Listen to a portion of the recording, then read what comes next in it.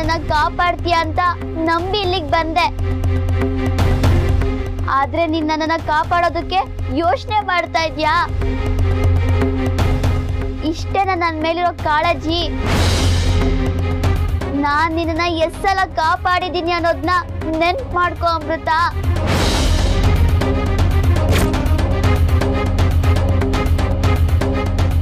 ನನ್ ಒಂದ್ಸಲ ಇವ್ರ ವಶ ಆದ್ರೆ ಇನ್ಯಾವತ್ತೂ ನಾನ್ ನಿನ್ ವಶಕ್ಕೆ ಬರೋದಿಲ್ಲ.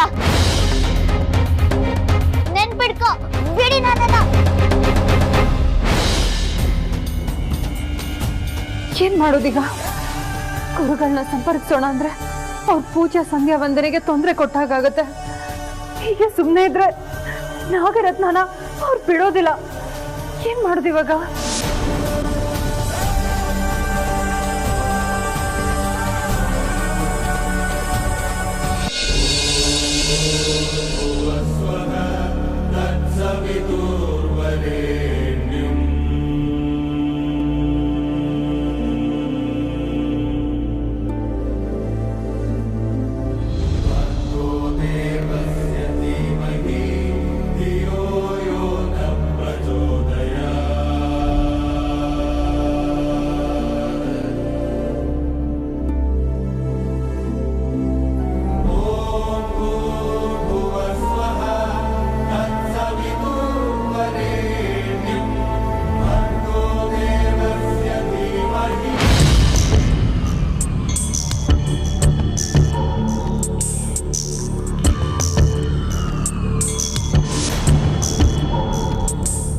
ಗುರುಗಳೇ, ಗುರುಗಳೇ,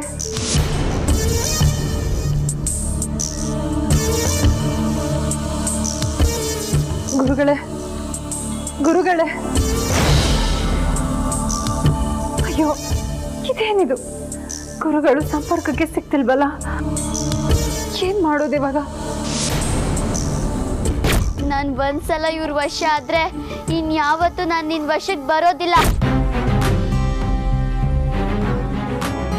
ಭಾವೋದ್ವೇಗಕ್ಕೆ ಒಳಗಾಗಿ ಅಪಾಯನ ಅನಾಹುತನ ಮೈಮೇಲೆ ಎಳ್ಕೊಳ್ಳೋದು ಯುದ್ಧ ಗೆಲ್ಲುವ ಯೋಧನ ಲಕ್ಷಣ ಅಲ್ಲ ಮಗಳೇ. ಅಮೃತ, ಅಮೃತ, ಅಮೃತ, ಅಮೃತ, ಅಮೃತ, ಅಮೃತ.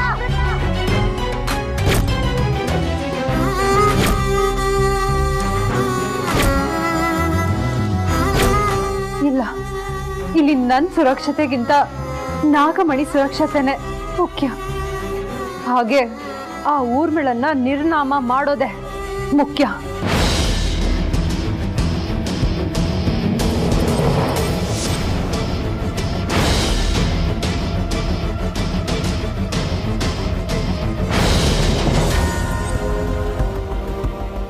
ಏನು ಅಪಾಯದ ಸೂಚನೆ ಕಾಣಿಸ್ತಾ ಇದೆಯಲ್ಲ?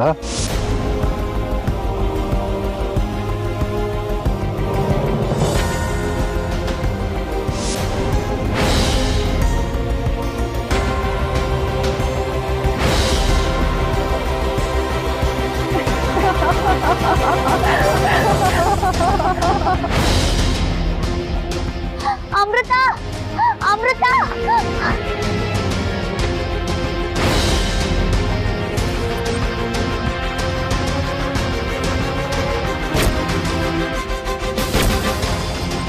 ಅಮೃತ, ನಾನು ನಾಗರತ್ನ.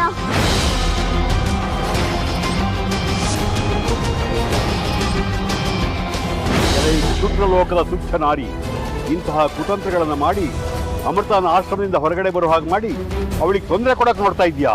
ಈ ನಿನ್ನ ಕುತಂತ್ರ ಫಲಿಸೋದಿಲ್ಲ. ನಾನು ಅಮೃತನ ಎಚ್ಚರಿಸಲೇಬೇಕು.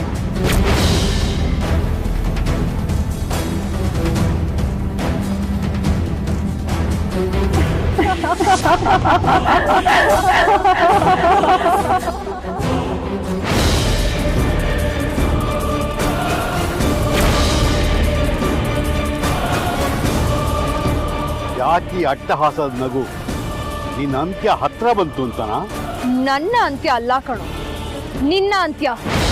ಹಾಗೆ ನೀನ್ ಕಾಪಾಡೋಕ್ ನಿಂತಿದ್ಯಲ್ಲ ಆ ಅಮೃತ, ಅವಳ ಅಂತ್ಯ. ಸಾತ್ವಿಕರಿಗೆ ಸಾತ್ವಿಕತೆಗೆ ಸಾವಿಲ್ಲ ಅನ್ನೋದನ್ನು ಮರ್ತಿದ್ಯಾ ನೀನು? ಸತ್ತು ಮಣ್ಣಲ್ಲಿ ಮಲಗಿದ್ದನ್ನ ನೀನು ಮರ್ತ್ಬಿಟ್ಟಿದ್ಯಾ? ನಮ್ಮಂತಹ ಸಿದ್ಧಿ ಪುರುಷರಿಗೆ ಸಾವು ಸಮಾಧಿ ಇದ್ದ ಹಾಗೆ, ಒಂದು ರಾತ್ರಿ ನಿದ್ದೆ ಮಾಡಿ ಎದ್ದಂತೆ. ಕೋತಿ ತನ್ನ ತೋಕೆನ ಜಂಡದ ರೀತಿಯಲ್ಲಿ ಎತ್ತಿ ಎತ್ತಿ ತೋರ್ಸೋ ಹಾಗೆ ನೀನು ನಿನ್ನ ಪ್ರತಾಪನ ನನ್ನ ಮುಂದೆ ಒದ್ರಬೇಡ. ಮೊದಲು ನೀನು ನಿನ್ನನ್ನ ನನ್ನಿಂದ ಕಾಪಾಡ್ಕೊ, ಆಮೇಲೆ ಅಮೃತನ ಕಾಪಾಡುವಿಯಂತೆ. ಎಲೆ ಕ್ಷುದ್ರಲೋಕದ ತುಚ್ಛ ಹುಳುವೆ, ಆ ಶಂಕರನ ಕೃಪೆಯಿಂದ ಶಕ್ತಿ ಸಾಮರ್ಥ್ಯದಲ್ಲಿ ನಾನು ಸೂರ್ಯ, ನೀನು ಹಣತೆ, ನಾನು ಬ್ರಹ್ಮಾಂಡ, ನೀನು ಅಣು. ಹೀಗಿರುವಾಗ ನನ್ನನ್ನೇ ಉಚ್ಚಾಯಿಸಿ ಮಾತನಾಡುವಷ್ಟು ಧೈರ್ಯನಾ ನಿನಗೆ? ಮೂರ್ಖ, ನಾನು ಸೂರ್ಯನಷ್ಟೇ ಪ್ರಖರ, ಬ್ರಹ್ಮಾಂಡದಷ್ಟೇ ಶಕ್ತಿವಂತೆ ಅನ್ನೋದನ್ನ ನೀನು ಮರಿಬೇಡ. ನಾಗಮಣಿ ಈಗ ನನ್ನ ವಶದಲ್ಲಿದೆ. ನಾನ್ ನಿನ್ನನ್ನ ಯಾವ ಸ್ಥಿತಿಗೆ ಬೇಕಾದ್ರೂ ತರ್ಬೋದು, ನೆನಪಿರ್ಲಿ.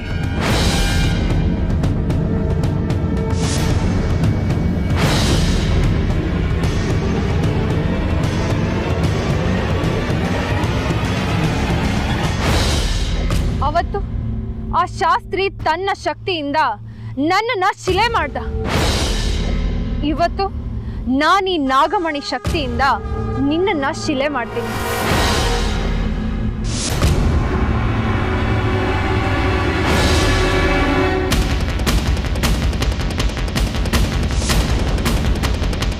ನಿನ್ನನ್ನ ಸಂಪೂರ್ಣವಾಗಿ ಶಿಲೆಯಾಗಿ ಮಾಡ್ಬಿಡ್ತಾ ಇದ್ದೆ. ಆದ್ರೆ ಹಾಗೆ ಮಾಡಿದ್ರೆ ನಾನು ಅಮೃತಂಗ್ ಕೊಡೋ ಚಿತ್ರ ಹಿಂಸೆನ ನೀನ್ ನೋಡೋದಕ್ಕಾಗೋದಿಲ್ಲ. ಅದಕ್ಕೆ ನಿನ್ನ ಈ ಶಿರಭಾಗನ ಹಾಗೆ ಬಿಟ್ಟಿದ್ದೀನಿ. ನಾನು ಅಮೃತಂಗ್ ಕೊಡೋ ಹಿಂಸೆನ ನೋಡಿ ನೋಡಿ ನೊಂದ್ಕೋಬೇಕು. ಅದನ್ನ ನಾನ್ ನೋಡಿ ಸಂತೋಷ ಪಡ್ಬೇಕು. ಅದೇನೋ ಹೇಳ್ತಾ ಇದ್ದೆ, ಸಾತ್ವಿಕ ಶಕ್ತಿ ಅದು ಇದು ಅಂತ. ಈಗ ಗೊತ್ತಾಯ್ತಾ ತಾಮಸಿಕ ಶಕ್ತಿ ಏನು ಅಂತ?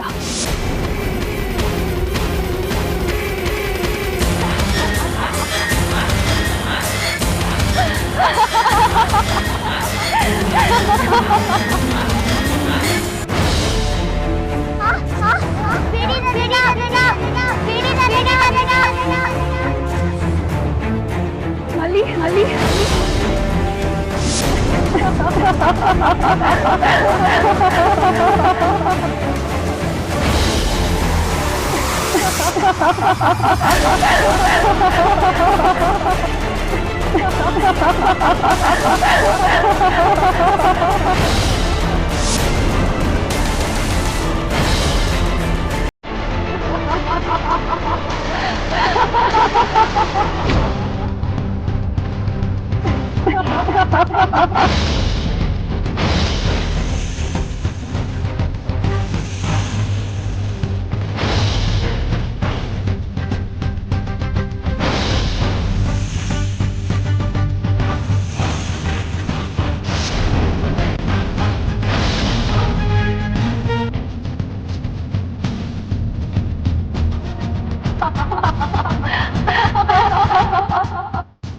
ಯಾಕಮೃತ ಹಾಗೆ ಸಿಡಿಲು ಬಡ್ದೋಳ್ ಹಾಗೆ ನಿಂತ್ಕೊಂಡ್ಬಿಟ್ಟೆ?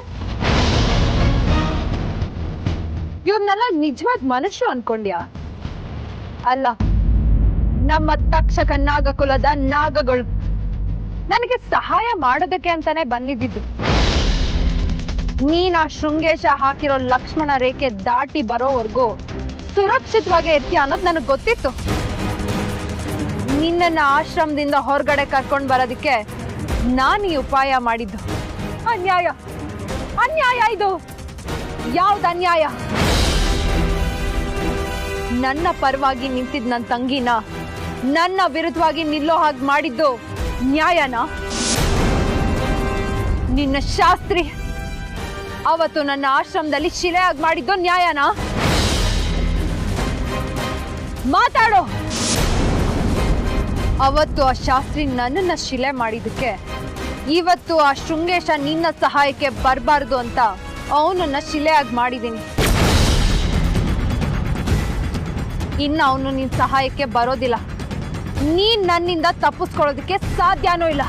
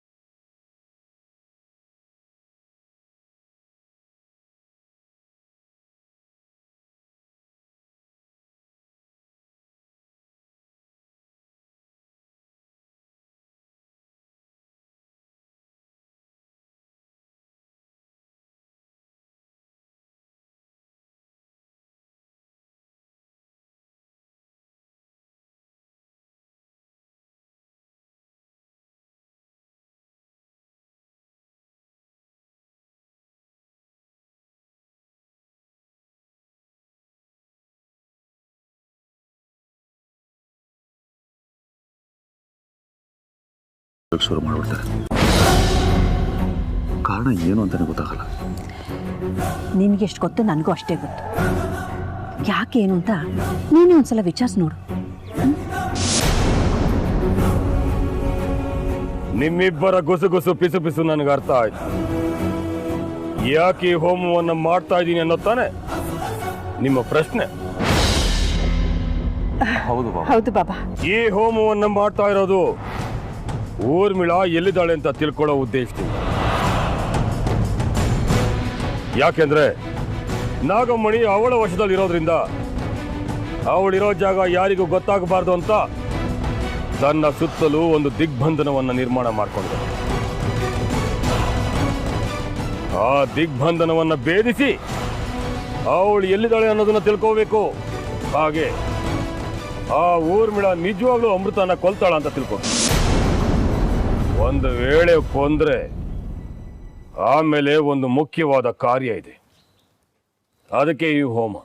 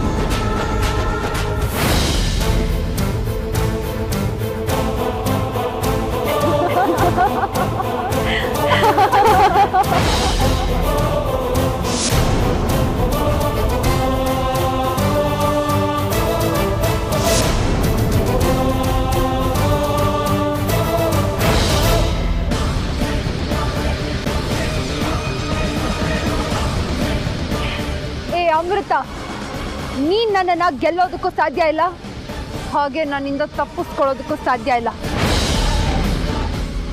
ಯಾಕಂದ್ರೆ ನಾಗಮಣಿ ನನ್ನ ವಶದಲ್ಲಿದೆ. ನಾಗಮಣಿ ಯಾರ ವಶದಲ್ಲಿರುತ್ತೋ ಅವರೇ ವಿಜಯರಾಗ್ತಾರೆ. ಇದನ್ನ ಮರಿಬೇಡ.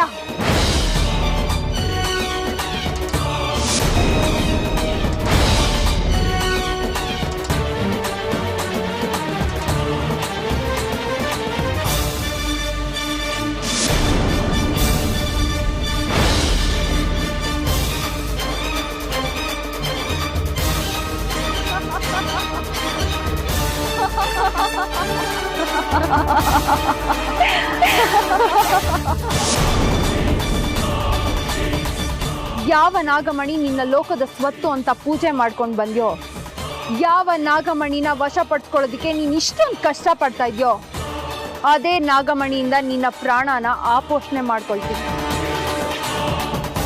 ಇದನ್ನ ತಡೆಯೋದಕ್ಕೆ ನಿನ್ನ ಪರಮೇಶ್ವರನಿಂದನೂ ಸಾಧ್ಯ ಇಲ್ಲ. ಅಪ್ಪ ಅಪ್ಪ ಅಮ್ಮ ಅಮ್ಮ, ನಾನು ಒಳಗಡೆ ಇರೋ ನೀವುಗಳು ಮಾತ್ರ ನನಗೆ ಸಹಾಯ ಮಾಡೋಕ್ಕಾಗೋದು. ದಯವಿಟ್ಟು ಬನ್ನಿ.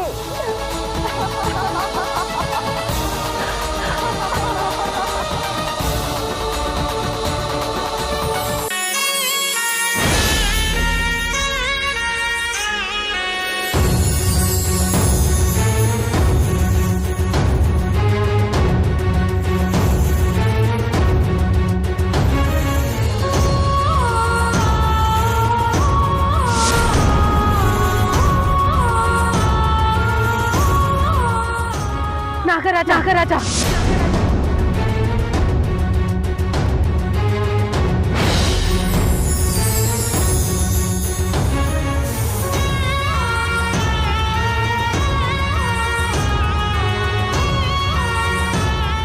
ಅಮೃತ,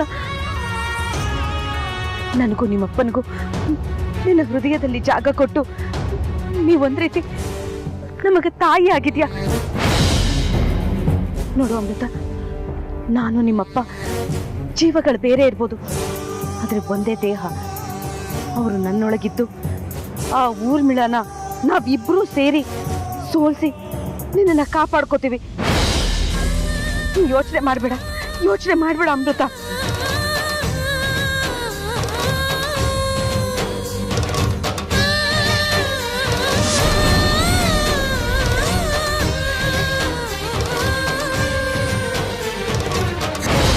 ಬಾ ನಾಗರಾಣಿ ಬಾ. ಅವತ್ತು ನೀನು ನಿನ್ನ ಗಂಡ ನನ್ನಿಂದ ತಪ್ಪಿಸ್ಕೊಂಡಿದ್ರಿ. ಇವತ್ತು ನೀನೇ ನನ್ನ ಕಣ್ಮುಂದೆ ಬಂದಿದ್ಯಾ. ಆ ಅಮೃತನ ಜೊತೆ ನಿನ್ನನ್ನು ಆಹುತಿ ತಗೊಳ್ತೀನಿ. ಮುಚ್ಚು ಬಾಯ್. ತಕ್ಷಕ ವಂಶದ ತುಚ್ಚು ಹುಳುವೆ, ಯಾರು ಯಾರನ್ನ ಆಹುತಿ ತಗೋತಾರೆ ನೋಡು. ಆಹುತಿ ತಗೊಳಕ್ಕಿಂತ ಮುಂಚೆ ನನ್ನ ಪ್ರಹಾರದಿಂದ ತಪ್ಪಿಸ್ಕೊಳಕ್ಕಾಗತ್ತಾ ನೋಡು.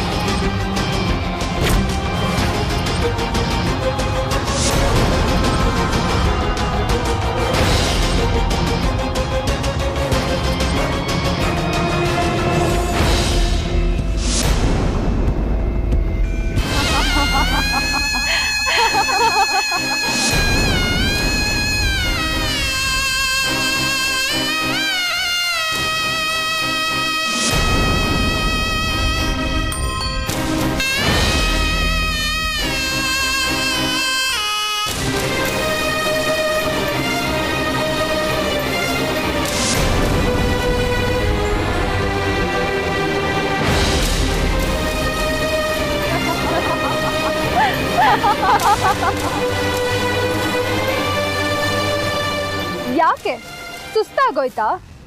ಅಬ್ಬರಿಸ್ತಾ ಇದ್ದೆ. ಈಗ ಆರಿ ಹೋಗೋ ದೀಪದ ತರ ತಣ್ಣಗಾಗೋಗಿದ್ಯಾ? ಈಗ ಗೊತ್ತಾಯ್ತು ಈ ತಕ್ಷಕ ನಾಗಲೋಕದ ನಾಗಿಣಿಯ ಶಕ್ತಿ ಏನು ಅಂತ.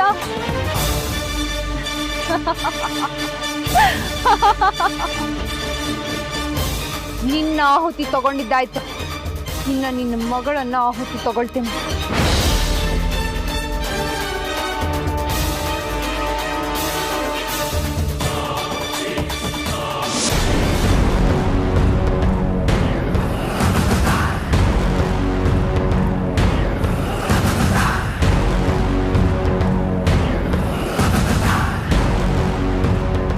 ಅಮೃತ, ನಾನು ಚಿರಂಜೀವಿ, ನನಗೆ ಸಾವೇ ಇಲ್ಲ ಅಂತ ಮೆರಿತಾ ಇದ್ದೆ. ಈಗ ನೋಡು ನನ್ನ ಕಾಲಡಿನೇ ಹೇಗೆ ಸಾಯ್ತಾ ಇದ್ಯಾ ಅಂತ. ನಿನ್ನ ಸ್ಥಿತಿ ನೋಡಿದ್ರೆ ನನಗೆಷ್ಟು ಸಂತೋಷ ಆಗ್ತಾ ಇದೆ ಗೊತ್ತಾ? ಶತ್ರುಗಳಾಗಿದ್ರು ಅವರ ಸಾವನ್ನ ಸಂಭ್ರಮಿಸಬಾರ್ದು. ಅವರ ಸಾವಲ್ಲಿ ಸಂತೋಷ ಹುಡ್ಕೋದು ಸಂಸ್ಕಾರ ಅಲ್ಲ. ಆಗ್ಲೋ ಈಗ್ಲೋ ಪ್ರಾಣ ಹೋಗೋ ಸ್ಥಿತಿಯಲ್ಲಿದ್ರು ನಿನ್ನ ಬೋಧನೆಗಳನ್ನ ಬಿಟ್ಟಿಲ್ಲ ಅಲ್ವಾ?